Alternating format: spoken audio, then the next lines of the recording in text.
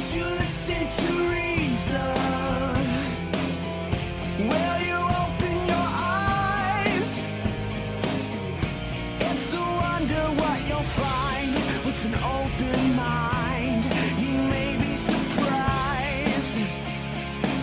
Yeah. Gotta get away. Hey Lisa, how are you? Good. How are you guys? We're pretty good. I'm pretty good. Good. Glad that you took my call. Guys, you know, I've been watching you for a while, and I have to say you're articulate, smart, and my son and I really enjoyed, you know, hearing you guys.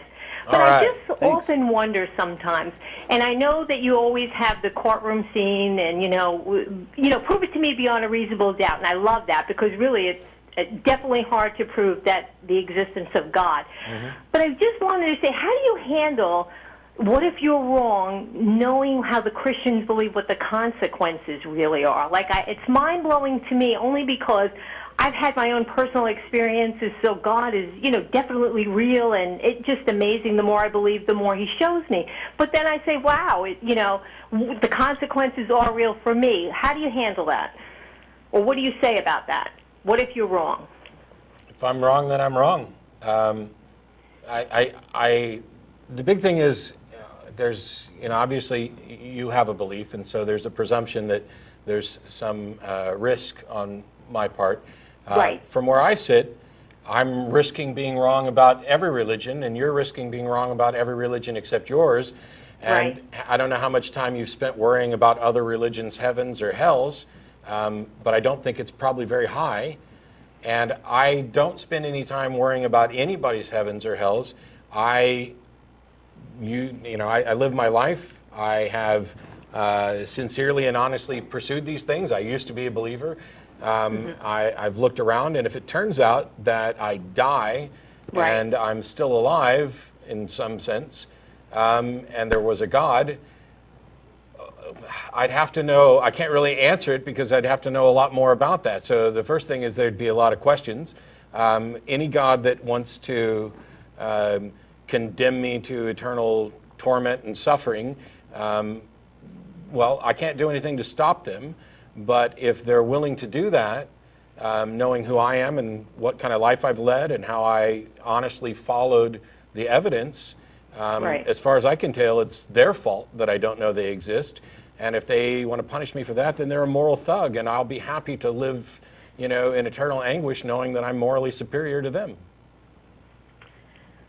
Okay, no, I accept that. I wouldn't even know what to say to that, and I wouldn't want to argue with you. But okay, I'm praying for you guys. I just hope that, you know, you see the light. At least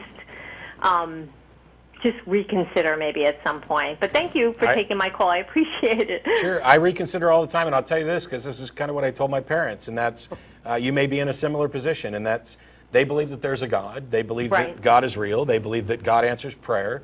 They believe that God wants me to know that he exists. And so what I told them was, okay, pray that God reveals himself to me, because if that happens, I'm not going to deny it. But until it does, I'm not going to be, you know, persuaded by emotional appeals and other people's claims about their experiences, because I have no way of verifying them.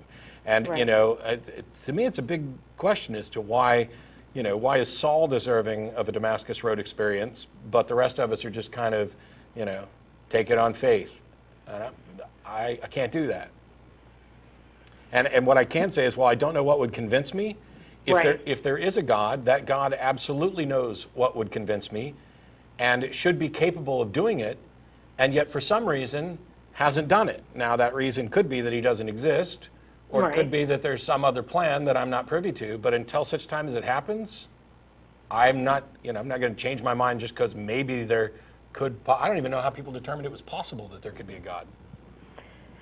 Well, you know, for me, I was a non-believer for so many years, and then fell into some, you know, sickness and not feeling good and anxious, and I finally gave up and said, I can't take it anymore, so let me start praying. And I asked other people to pray, and I will tell you, not instantaneously, but after 5 years, I not only began to see miracles, I was healed.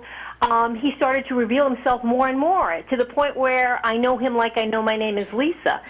So I know people aren't with me in that because everybody's experience is different, but I just now know that the more you believe or the more you ask him to reveal himself, he definitely will. So because then you should probably ask God why he hasn't revealed himself. I mean, if you know him like you know your own name, then why don't you ask him why he hasn't done anything to convince me?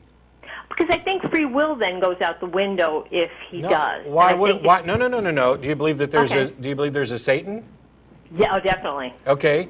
Doesn't Satan have free will, and doesn't he absolutely know better than anybody in history exactly that there is a God and what God's power is? Absolutely, yes. So, sure. Yes, so the absolute knowledge that a God exists doesn't in any way infringe on free will.